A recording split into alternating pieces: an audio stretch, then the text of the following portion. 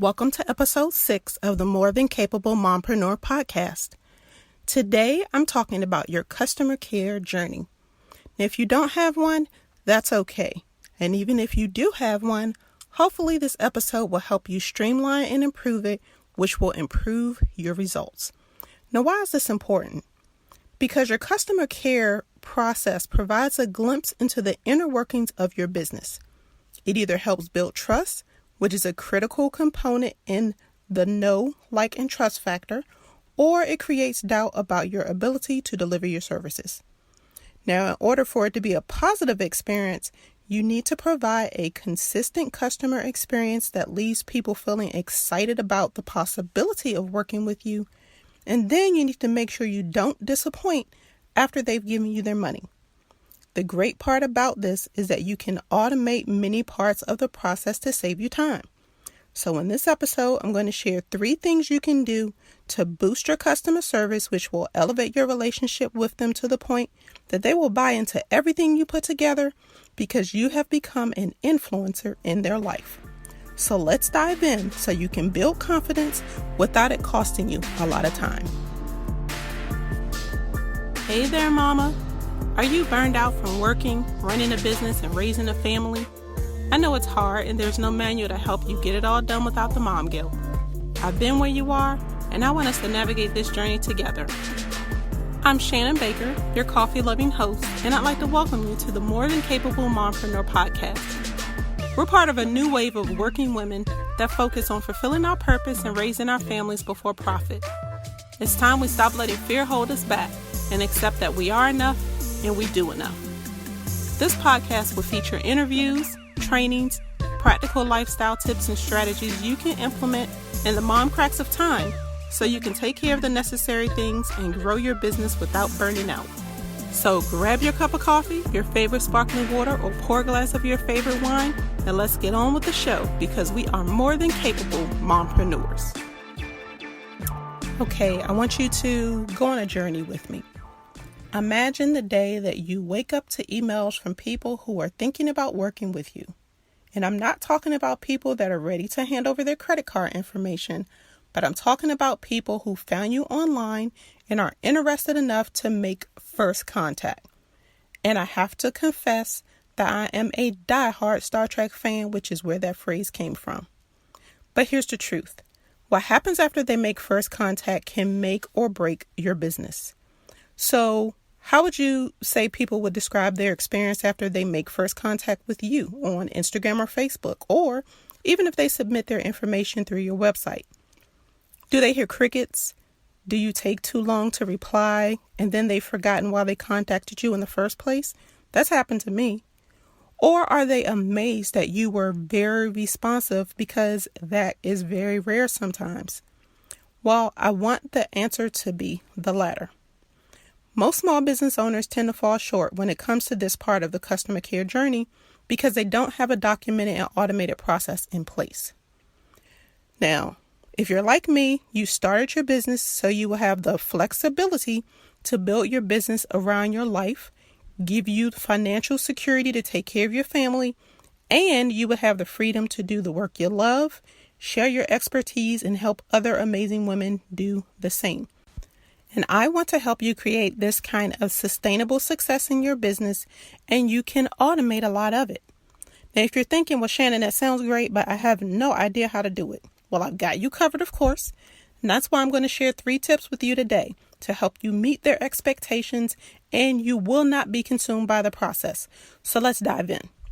Tip number 1 is you have to have a documented process.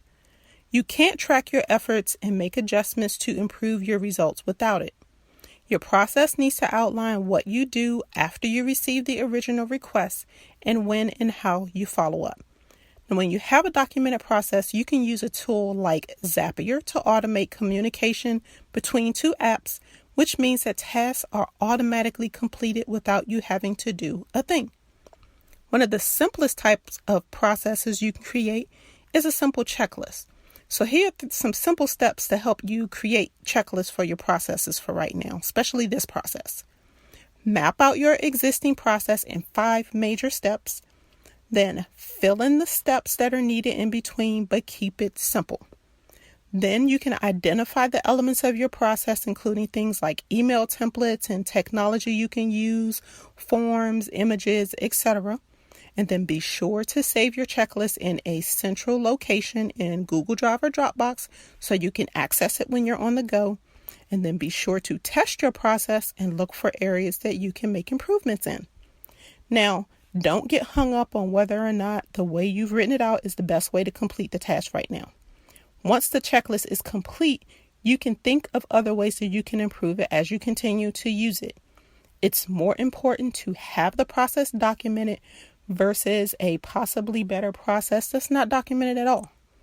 Then every time you complete the process, you can make it more efficient by making updates and, putting in those adjustments, which will save you even more time later. Now for step number 2. You got to have templates, girl. How many times do you find yourself typing the same message over and over and over again? You're just wasting time. Email templates can automatically be used to respond to frequently asked questions. It'll save you a ton of time, not to mention it shaves minutes off of your response time because all you have to do is copy, paste, customize, and send it. This is a critical piece if you want to respond in that 60-minute window when those inquiries come in. So take a few minutes to think about the types of messages you find yourself sending all the time. Here are a few to help you get started. General inquiries about your services or how someone can work with you, a DM you receive on Instagram, Facebook, LinkedIn, wherever, a follow-up message when you meet someone at a networking event that you want to have a coffee chat with, your response when someone wants to schedule a call with you, a message for an invitation to connect on Facebook or LinkedIn. All of those are great places to start. These are just a few areas related to the customer journey where templates come in handy. You can store them on your phone, or again, you can store them in a folder in Google Drive or Dropbox so that you can access them, and this will reduce the number of messages that you forget to respond to. Now for tip number 3, you need to automate appointment setting. How much time do you waste playing email tag trying to get a call set up? You can eliminate that by using a scheduling tool like Acuity, which is what I use, which will sync with your calendar and automatically show your availability, and you don't have to do anything but send one link, making appointment setting easy for everybody. Not to mention, a scheduling system helps you maximize the windows of time that you have available so you get tasks completed. This goes hand in hand when you time block your schedule, and if you haven't listened to episode 4 where I break down my time blocking process, make sure you go back and listen to that because using a scheduler really fits in well with a time block schedule. But when you don't have a schedule, too many tasks leave you feeling overwhelmed, and unscheduled phone calls break your concentration and reduce your efficiency and your productivity. They are distractions you can eliminate by using a scheduling tool. Research shows that 35% of customers prefer scheduling appointments during non-business hours, and 40% of online bookings actually happen after working hours. The bottom line is people want to book their appointments when it's convenient for them, and then in this busy, fast-paced world that we live in, that can often mean they're working outside of your regular business hours. So, one, I hope you have set business hours. If not, we will talk about that at another time, but they definitely do. And when they're not working, they want to schedule appointments with you. Now, let's have a little reality check. You can't sit by the phone 24/7, so an appointment scheduler enables you to attract customers even when you're not available. And it's great for your existing customers because they have access to the same calendar and they can click a different link to schedule recurring appointments with you or even other appointments where they may want to book a different consultation, whatever the case may be. Frees you up from having to do it yourself. And here's something else. Answer this question. How do you feel about no-shows when someone schedules an appointment with you and they don't show up because they forgot? As service-based business owners, no-shows are irritating, inconvenient, and are sometimes missed revenue opportunities. Not to mention they represent wasted time and effort, right? Because you block that time out in your schedule for this call. A scheduling tool automatically sends confirmations and reminders, which reduces no-shows, and it happens automatically. Not to mention, it takes the hassle out of someone having to reschedule or cancel an appointment because they can do it all online. Instead of them having to come to you via email or calling you on the phone saying that they need to reschedule, all they have to do is click the link in their email that they've already received automatically, and they can reschedule or cancel their appointment. Now, here are some specific features in Acuity, which is why I love it so much. I can customize my automatic emails. It accepts payments when appointments are booked, and it doesn't charge me extra fees for that. I can create intake forms or questionnaires to pre-screen people before they make an appointment, which saves me time. It integrates with Zoom, so my meeting links are automatically added to the reminder emails. And I can just go on, and I'm definitely planning to do an entire episode just on Acuity. But let me get back on track. Walt Disney said it best. He said, do what you do so well that they will want to see it again and bring their friends. So remember, happy customers will talk about you to everyone they know, and sometimes people they don't know, which is free marketing that results in more business for you. Now, who doesn't want that? But things can only be consistent if you have systems in place which are documented processes with automation.